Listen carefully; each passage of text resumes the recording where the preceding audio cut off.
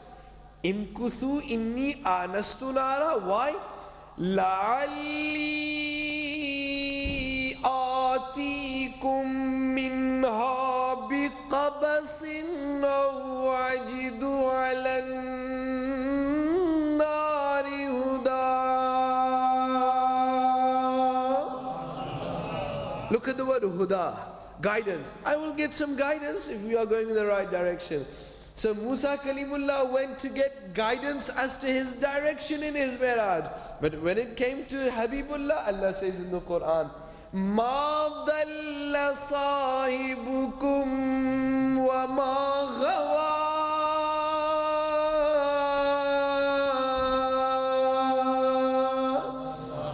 Here Kalimullah needed guidance for his way, but when it came to Habibullah, Allah swore in the Quran and says, my beloved did not need any guidance to come to Sidratul Muntaha or La Makan.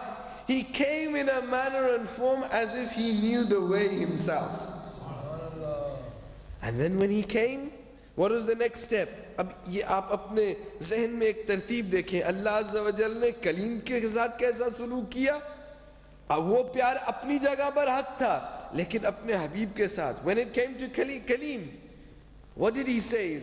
He said, فَلَمَّا أَتَى نُودِيَ يَا مُوسَى إِنِّي أَنَا رَبُّكَ فَاخْلَعْ نَعْلَيْكَ.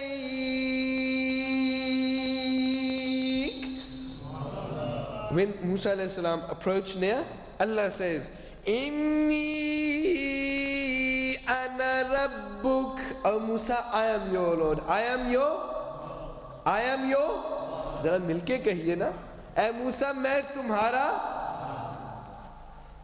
اب دیکھیے, تعارف وہاں کرایا جاتا ہے جہاں معرفت نہ ہو, جہاں شناسائی نہ ہو, جہاں پہچان نہ ہو. انی انا ربک, I am your Lord, don't worry, I am your Lord. اللہ نے کلیم اللہ سے جب ملاقات کی ابتدا کی تو تعارف اپنا کرایا. انی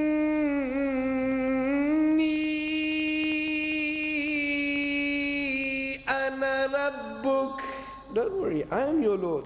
لیکن جب حبیب اللہ کے معراج کی ابتدا ہوئی تو وہاں تعارف کروایا نہیں, فرمایا قف یا محمد ان ربک یصلی علیک.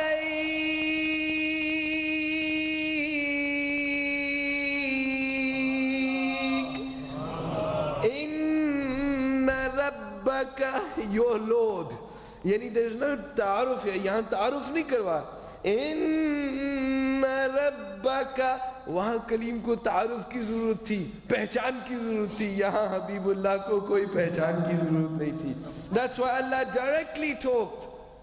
لیکن جب پہلی گفتگو ہوئی, جب پہلا کلام ہوا, تو کیا ارشاد فرمایا؟ What did Allah say to claim Allah? He said, تعارف کے بعد فَخْلَعْ نَعْلَيْكَ, take off your shoes. Take off your. یہ جو آپ مسجد میں جوتی اتار کے آتے ہیں, کیوں اتار کے آتے ہیں؟ کیوں اتار کے آتے ہیں؟ ایک ادب ہے, ایک احترام ہے. Now موسیٰ علیہ السلام, حالانکہ وہ خدا جو ہر جگہ موجود ہے, اہل سنت کا عقیدہ ہے کہ اللہ ہر جگہ. هو الذي في السماء إله وفي الأرض إله.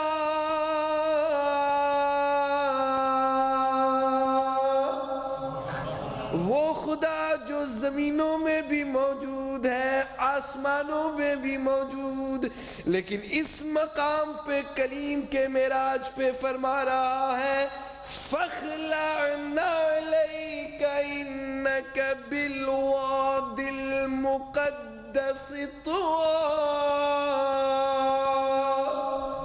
Musa, I am everywhere. There is no place where I am not.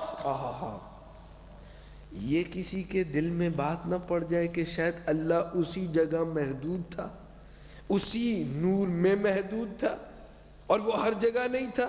No, اللہ نے اس کی بھی وضاحت قرآن میں فرما لیا. The same surah, but the same incident, but Surah Namal, Allah says, أَمْبُورِكَ مَنْ فِي النَّارِ وَمَنْ حَوْلَهَا.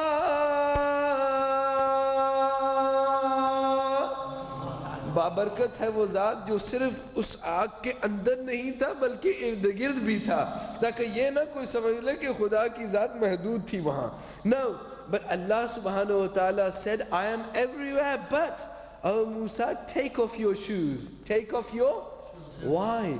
Because innaka bil wadil muqaddasi tuwa, you are in the sanctified valleys.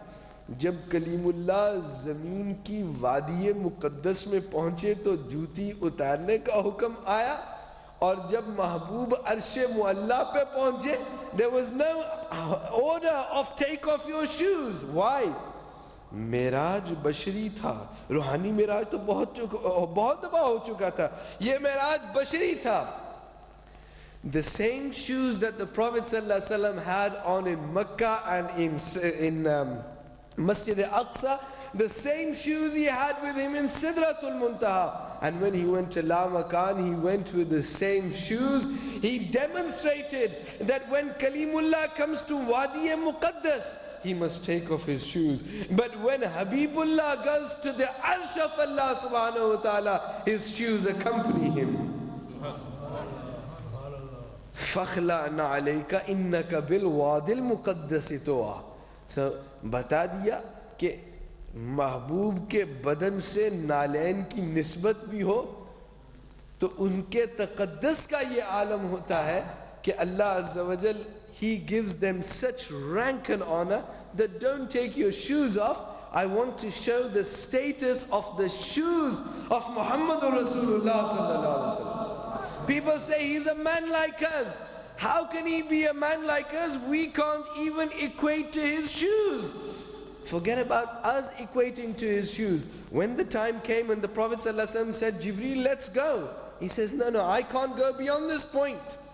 Do you know when people go from here to the space, they have to wear special gears. They have to wear special costumes because their body cannot tolerate the science in that region. But here Jibreel alayhi salam says that the science of Arsh Mualla, the science of La Makan does not permit Jibreel to go. But the beautiful thing is that the shoes of the Prophet sallallahu alaihi wasallam went where even Jibreel Amin could not go. تو اگر جبریل بھی نالین مصطفیٰ کا مقابلہ نہیں کر سکتا تو ہم کیسے کہہ سکتے ہیں کہ وہ ہم جیسے بشر تھے؟ How can we say that we were like him? Now, let's carry on. The first thing is, here جب کلیم سے پہلی گفتگو کی تو کیا فرمایا؟ فَخْلَعْنَا عَلَيْكَ. Take off your shoes. There is an etiquette, there is a respect. Why? Because you are Kaleem, but respect is first.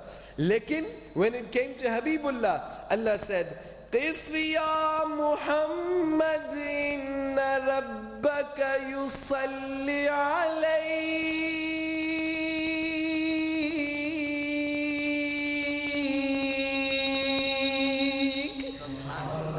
There it was فَخْلَعْنَا عَلَيْكَ. Here it is إِنَّ رَبَّكَ يُصَلِّي عَلَيْكَ. There it was respect Wadi Muqaddas. And here Allah says, my beloved, when you come to me, stop, don't come so fast. Let me, the Lord, read salat upon you. تو خدا نے بتا دیا جب محبوب کے استقبال کرنے ہوں تو صلات کے ساتھ کیے جائیں. صرف صلات نہیں, یہاں سفر میں صلات, اور منزل مقصود پہ جب پہنچے تو فرمایا السلام علیکہ ایہا النبی. تو خالق کائنات نے بتایا اگر میں اپنے محبوب کا استقبال کرتا ہوں تو صلاۃ و سلام سے کرتا ہوں. اے امتیوں, اگر تم بھی محبوب کا استقبال کرنا چاہو تو صلاۃ و سلام پڑھ کے کیا کرو. So Salatul Salam is a way of receiving the Prophet sallallahu alaihi wasallam. You can read namaz upon namaz, hajj upon hajj, zakat upon zakat. You can do all the prayers in the world, but the real way to create your bond with your Nabi is by reading Salatul Salam upon him. Now, when the Musa alayhi salam came in his Miraj, and then Allah introduced himself, and he said, you should pray towards me, you should do X and Y and Z. But then what happened? Allah narrates in the Quran. Allah says to him, by the way, وما تلك بيمينك يا موسى.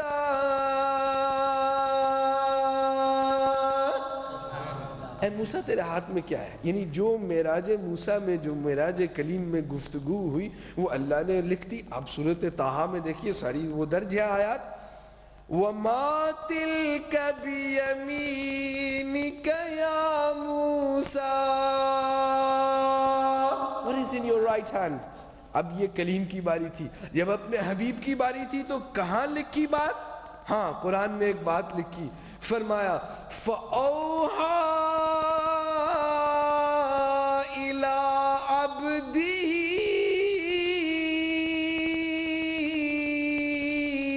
مَا أَوْحَىٰ.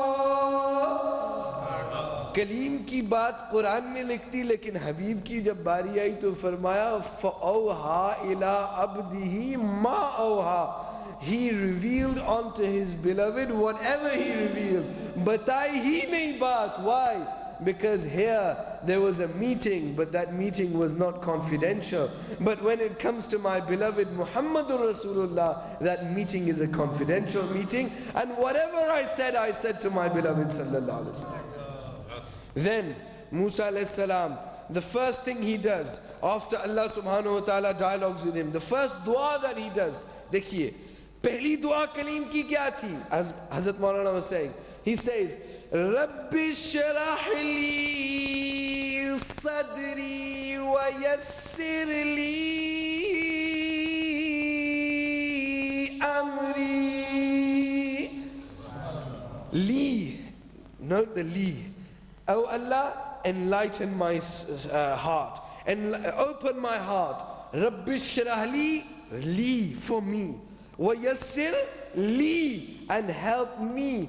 یہ کلیم اللہ نے اپنی ذات کے لیے دعا مانگی، لیکن جب حبیب اللہ نے سب سے پہلی دعا مانگی تو کیا دعا مانگی؟ رب هب لي امتی.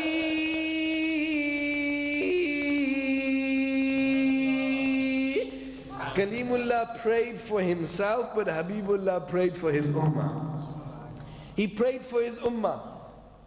So therefore we can now understand the difference, or begin to understand the way Allah subhanahu wa ta'ala has demonstrated this difference.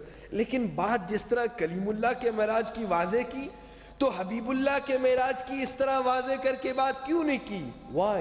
Because Allah says in the Quran, وَمَا جَعَلْنَا الرُّؤْيَةَ الَّتِي أَرَيْنَاكَ إِلَّا فِتْنَةً لِلنَّاسِ.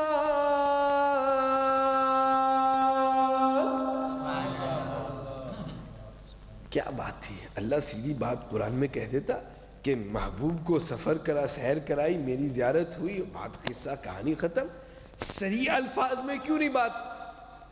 اسی مقام، اسی انداز میں، اسی طرز عمل میں جب تعویل قبلہ کی باری آئی تو اللہ چاہتا تو وہی بھیج دیتا کہ آج کے بعد قبلہ تبدیل ہو جائے گا. ایسے ہی ہے نا؟ اگر اللہ چاہتا تو وہی فرما دیتا کہ آج کے بعد قبلہ تبدیل. اور اگر حضور علیہ السلام اس انداز کو پسند فرماتے تو وہاں ممبر پہ اعلان فرماتے کہ کل فجر کی نماز کے بعد قبلہ بدلا جائے گا، سب لوگ آگاہ رہیں. جیسے آپ کے مولانا یا خطیب اعلان کرتے ہیں جی اگلے ہفتے فجر کی نماز کا وقت بدل جائے گا، تو پہلے ہی بتا دیا تاکہ آپ تیاری کر لیں. لیکن جب تعویل قبلہ کی باری آئی تو انداز گفتگو دیکھیے. وَمَا جَعَلْنَا الْقِبْلَةَ الَّتِي كُنْتَ عَلَيْهَا إِلَّا لِنَعْلَمَ مِمَّن يَنْقَلِبُ عَلَىٰ عَقِبَيْهِ. We changed this qibla in the style that we changed so that we could evoke who is a true believer and who is a false believer. تعویل قبلہ کا یہ جو انداز اپنایا، جس انداز سے اس کو تبدیل کیا، اس لیے کیا تاکہ اپنوں اور غیروں میں تمیز آ جائے. So you can see that those people who were the true believers, they did not think that yes, we are praying to Allah, namaz is related to Allah, it's got nothing to do with Rasulullah sallallahu alaihi wasallam. No, the true believer knew that even though namaz is for Allah, it is exclusively for Allah, but in this namaz, the manner of namaz, the style of namaz is that which Rasulullah sallallahu alaihi wasallam dictates. So therefore, if he has changed his direction from one direction to another, then no doubt it is not only his will that is that way, it is also the will of Allah subhanahu wa ta'ala. تو تعویل قبلہ میں اپنے اور بیگانوں میں فرق لانے کے لیے یہ انداز اپنایا, اور معراج کے لیے بھی یہی آیت ہے, اسی انداز کی آیت ہے. وَمَا جَعَلْنَا الرُّؤْيَةَ الَّتِي أَرَيْنَاكَ. Oh my beloved, that which you saw. اب یہ جو الرؤیا لفظ ہے, اس کی تفسیر حضرت ابن عباس نے فرمائی ہے کہ یہاں رؤیا سے مراد خواب نہیں ہے, یہاں رؤیا سے مراد دیدار خداوندی ہے. This is حضرت ابن عباس رضی اللہ عنہ. He says, وَمَا جَعَلْنَا الرُّؤْيَةَ الَّتِي. Oh my beloved, that which you saw, we made you see it in the way you saw. Why? إِلَّا فِتْنَةً لِلنَّاسِ, so that we could assess people, so that we could examine people. Those who are the true lovers, they will say that yes, even though it is a scientific impossibility for that time. Today it is not a scientific impossibility. Today it is quite acceptable, quite scientifically acceptable for a person to travel with such distance. And it is, although science has not mastered this technology, but science can understand that matter can travel. This is Einstein's theory of particle duality, that matter can travel at the same speed of light. And so therefore it is within the remit of understanding of science. But in those days where science was underdeveloped, there the true examination was, will somebody follow this Miraj on the tenets of their own aql, or will they follow their love for Rasulullah sallallahu alaihi wasallam? And those who are the true believers, they use their love to understand this Miraj. Now at this juncture, I always whenever I come at this juncture of using one's aql, there is always one problem, that jab bhi hum koi hadith padhte hain, جب بھی کوئی حدیث پڑھتے ہیں تو کچھ احباب یہ کہتے ہیں کہ یہ حدیث کہاں لکھی ہوئی ہے, which is fair enough. You can ask کہاں لکھی ہوئی ہے, کہاں لکھی ہوئی ہے حدیث. لیکن محدثین کے ہاں جب کسی حدیث کو دیکھا جاتا ہے تو دو چیزوں کو دیکھا جاتا ہے. Number one, Ravi. You look at the isnad, the chain of narrators. بتائیے, if any of the chain of narrators is a kafir, will you accept that hadith? No. بلکہ کافر مومن کی تو بہت دور کی ڈفرینسیشن ہے. یہاں تو حضرات محدثین نے کئی ایسے لوگ جو بظاہر اہل ایمان بھی تھے, ان کی بھی حدیث نہیں لی کیونکہ ان کے کذب کی دلیل دیکھی. So therefore muhaddisین are very particular when they do jarh of hadith. They say no, the rawi must be Muslim, he must be thiqa, he must, there are so many conditions of a rawi. لیکن اس بات میں کسی کا اختلاف نہیں ہے کہ کافر جو ہے وہ راوی نہیں, کافر راوی نہیں ہو سکتا. This is, everyone agrees, right? Number one. Number two, راوی کے علاوہ متن کو بھی دیکھا جائے گا. کبھی کبھی راوی کمزور ہوتے ہیں لیکن متن بڑا مضبوط ہوتا ہے, اور متن کی مضبوطی کو ملحوظ خاطر رکھتے ہوئے ہم یہ نہیں کہہ سکتے اب راوی کیونکہ کمزور ہے تو متن کو بھی ہم نہیں مانیں گے. کیوں؟ فار ایگزامپل اس کی ایک مثال لے لیجئے.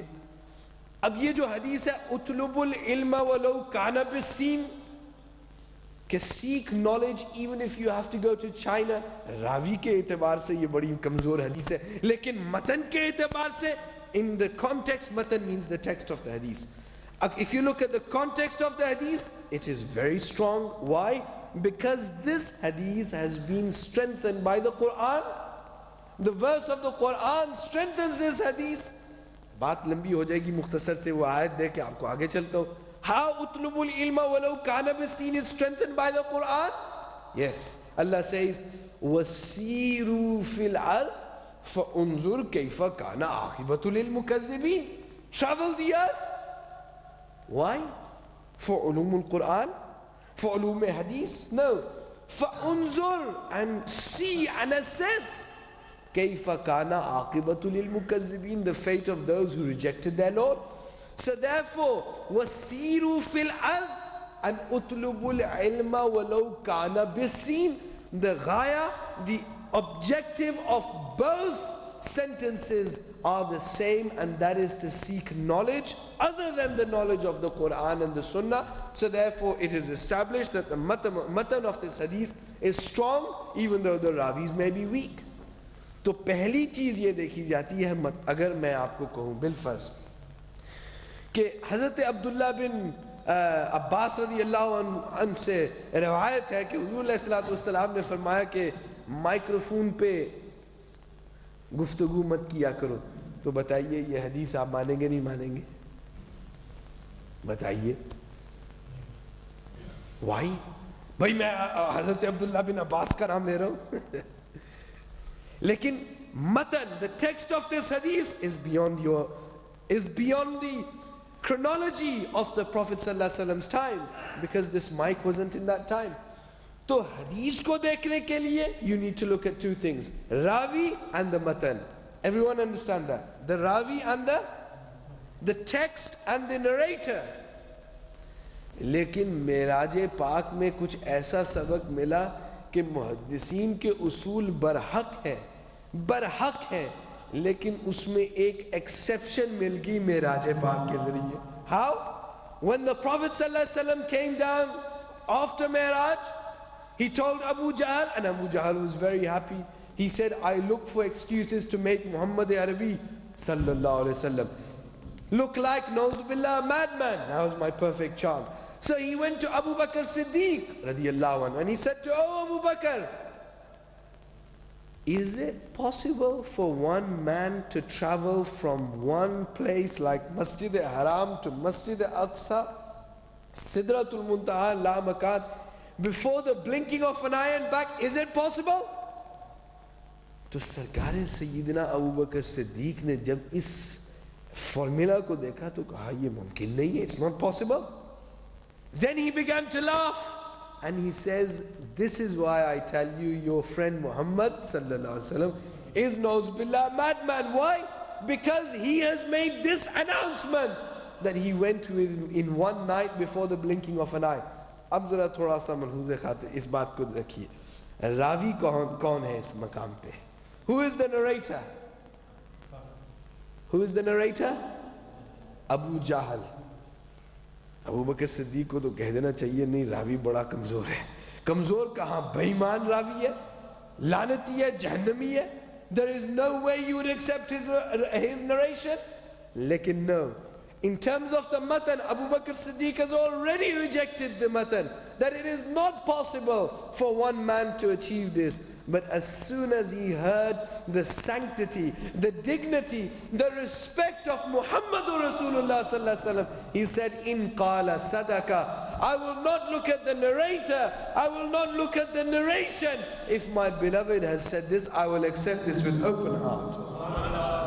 تو سیدنا صدیق اکبر نے حضرات محدثین کو یہ بتا دیا کہ اصول حدیث برحق ہے, لیکن وہ حدیث جس میں تعریف مصطفیٰ ہو, نہ اس کے راویوں کو دیکھنے کی ضرورت, نہ اس کے متن کو دیکھنے کی ضرورت. تمہیں متن سمجھ آئے یا نہ آئے, راوی کمزور ہوں یا نہ ہوں, جس حدیث میں پیارے کی تعریف ہو, سیدنا صدیق اکبر کی سنت یہ ہے کہ سن کے یہ کہہ دیا کرو, ان قالا صدقہ, if he has said it, he has said the truthfulness. So in the Mi'raj there are so many incidents that are related that prove the aqidah of the Ahl Sunnah wal Jama'ah. In closing, I will say one thing. آج کل یہاں ایک شور مچا ہوا ہے کہ یہ that the Ahl Sunnah wal Jama'ah are grave worshippers. They worship graves. But Mi'raj in itself has also addressed this issue. The issue of Mi'raj has so many ramifications to it. کسی نے مجھے کہا کہ بھئی تم قبروں کے پاس جاتے کیا لینے جاتے ہو, قبر والے کیا فائدہ دیتے ہیں؟ I said to him, پکی بات ہے قبر والے کوئی فائدہ نہیں دیتے. He said, جی بالکل, کیسے فائدہ دے سکتے ہیں, ثابت کیجئے کیسے فائدہ دے سکتے ہیں. I said, اگر تمہارا یہ ایمان ہے کہ قبر والے فائدہ نہیں دیتے تو آج کے بعد آپ 50 نماز پڑھیے, 5 مت پڑھیے. Why? Because when the Prophet ﷺ came with 50 prayers, who interceded?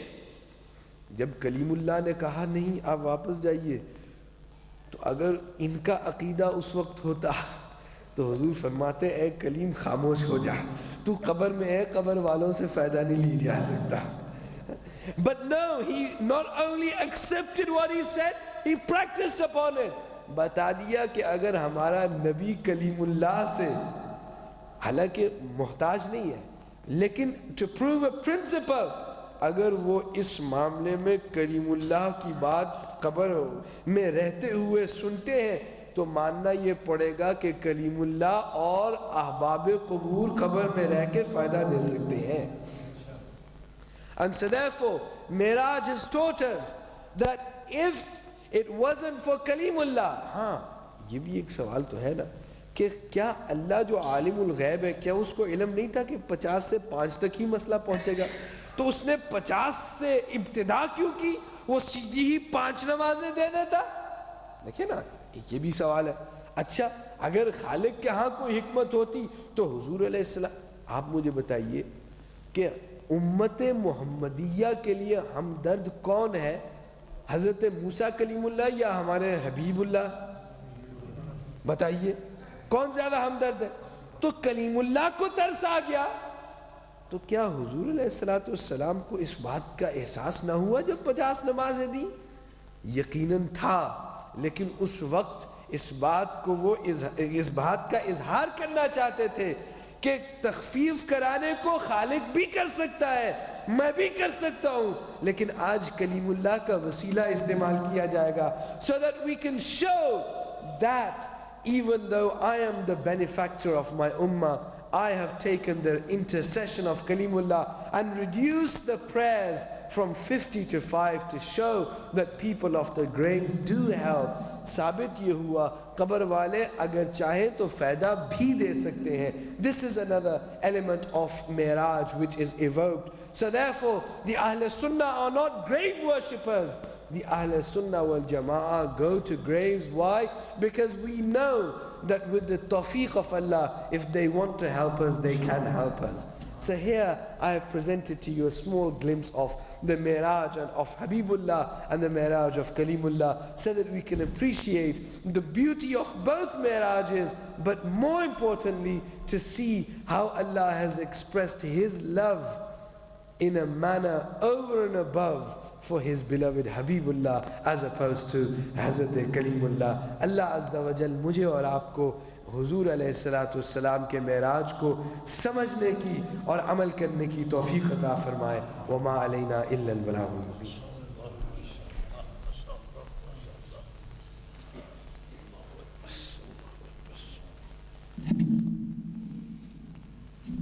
ماشاءاللہ, 2 عظیم خطابات آپ نے سماعت فرمائی.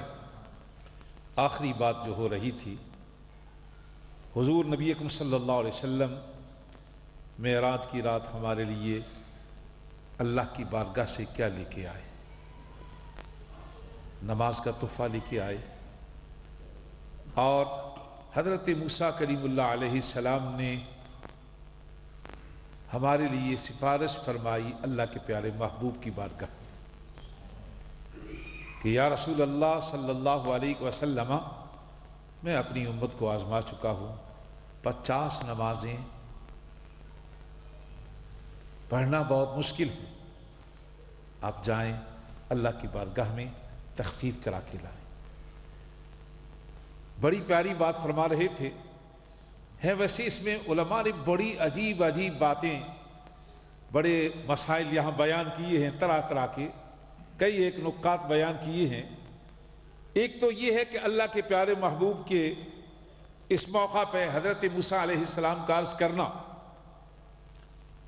بھئی آپ قبر میں بھی تھے، قبر میں جانے کے باوجود ہماری معاملت آپ نے فرمائی، ہمارے لیے وسیلہ بنے۔ دوسری بات یہ بھی ہے کہ آج کل یہ بات بھی کہی جاتی ہے کہ کون ہے جو خدا کی بارگاہ میں دم مارے، بس جو وہ کرتا ہے بس وہی کر دیتا ہے، وہاں کسی کی مجال نہیں ہے۔ حضرت موسیٰ کلیم اللہ علیہ السلام اللہ کے پیارے نبی اور رسول ہیں، آپ اللہ کے پیارے محبوب کی بارگاہ میں جب سامنے کھڑے ہیں، مقصد آپ کا ہی کوئی تھا کہ آپ کا دیدار کرنا چاہتے تھے اللہ کے پیارے محبوب کا، کہ خدا کا دیدار اللہ کے پیارے حبیب کر کے آئے، آپ راستے میں کھڑے ہیں تاکہ میں آپ کا دیدار کروں۔ تو اس موقع پہ جب اللہ کے پیارے محبوب سے پوچھا، عرض کیا یا رسول اللہ کیا لے کے آئے ہو اپنی امت کے لیے؟ فرمایا کہ 50 نمازیں لے کے آئے ہو۔ حضرت موسیٰ علیہ السلام نے یہ بات جو ہے نا، جو عام لوگوں کا خیال ہے، وہی بات نہیں کہی کہ ٹھیک ہے جی 50 پڑھی تو نہیں جائیں گی، پر کیا کیا جائے، خدا نے کر دیا ہے، وہاں کوئی دم نہیں مار سکتا، وہاں کسی کی مجال نہیں بولے۔ آپ کا خیال یہ نہیں تھا، آپ کا ایمان یہ نہیں تھا۔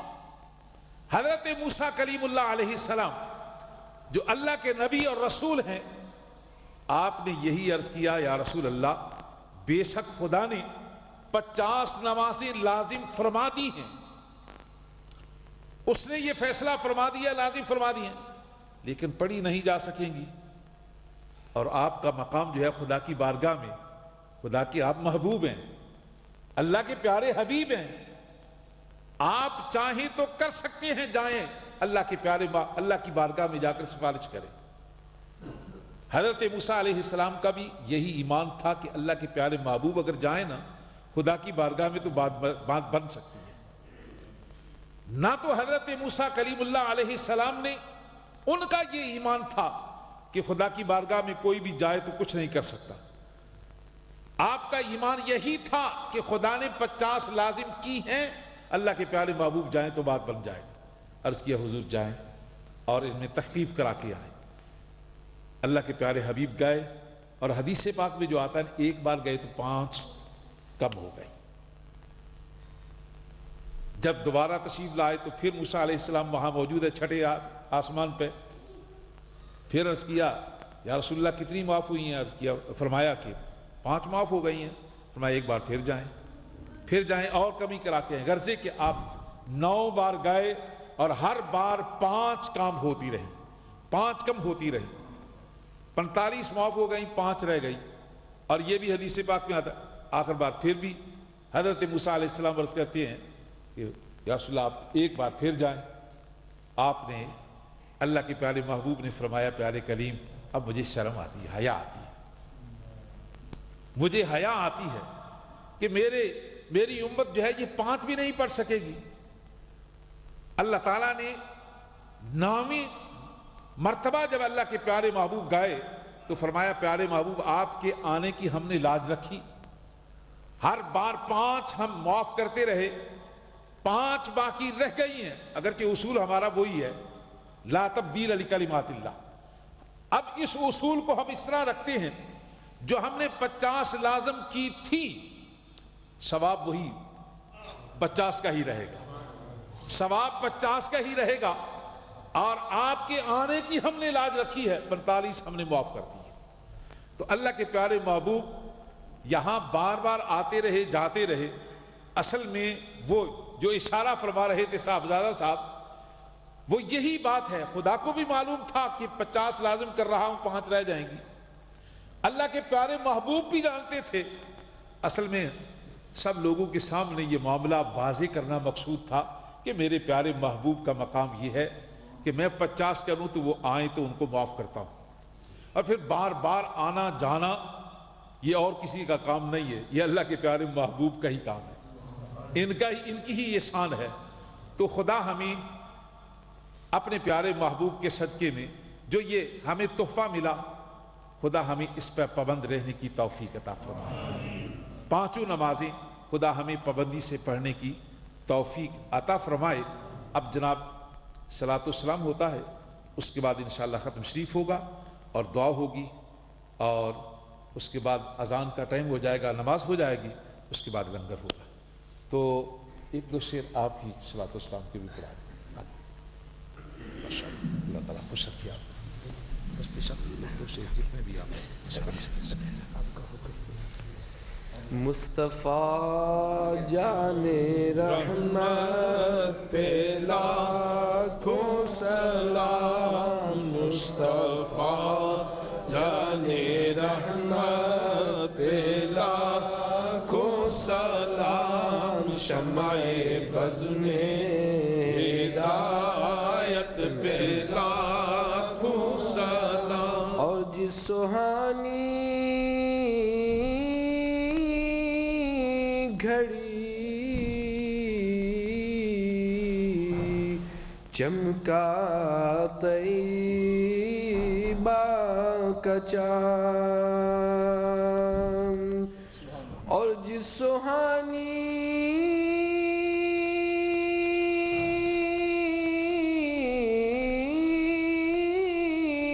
گھڑی چمکا اور ڈال دی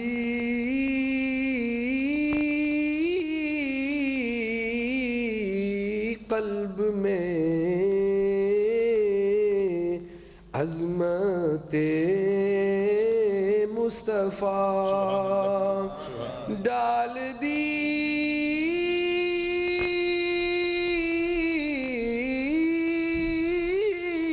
قلب میں عظمت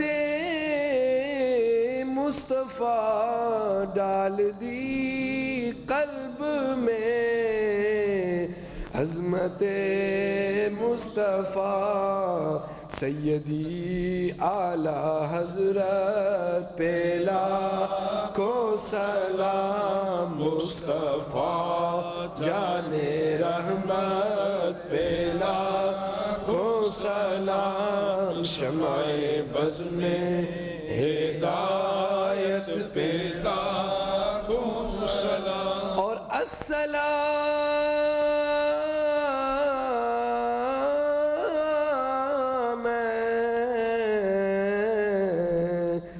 میم ہے اور میم دال والیا، اور السلام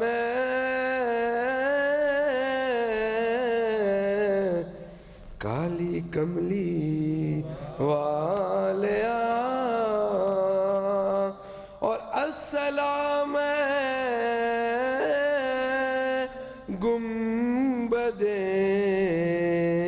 خضرا کے مکین، اور السلام یا رحمت للعالمین،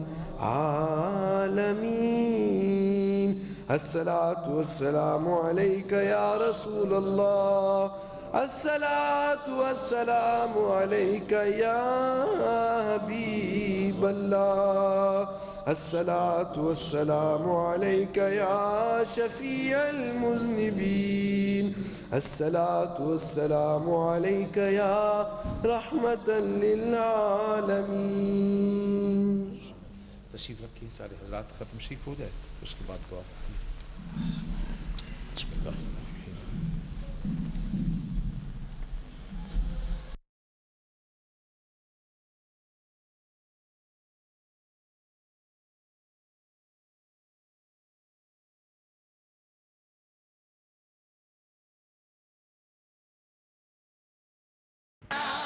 Tariq gift and Islamic audio video centre 1000 سے زائد مختلف موضوعات پر علماء اکرام کی بصیرت افروز تقاریر، قراء اعظام کی آواز میں تلاوت کلام پاک، نعتوں اور دلچسپ مناظروں کے آڈیو اور ویڈیو کیسٹس دستیاب ہیں۔ پوٹوہاری اشعار، قوالیوں کی کیسٹ اور اس کے علاوہ قاری محمد اشرف سیالوی کی کیسٹیں پورے یوکے میں صرف ہمارے ہاں ملیں گی۔ Tariq gift and Islamic audio video centre 10 Carlisle road نزد حنفیہ مسجد، بریڈ فورڈ آرٹ۔ ٹیلی فون 480327 اور 775721۔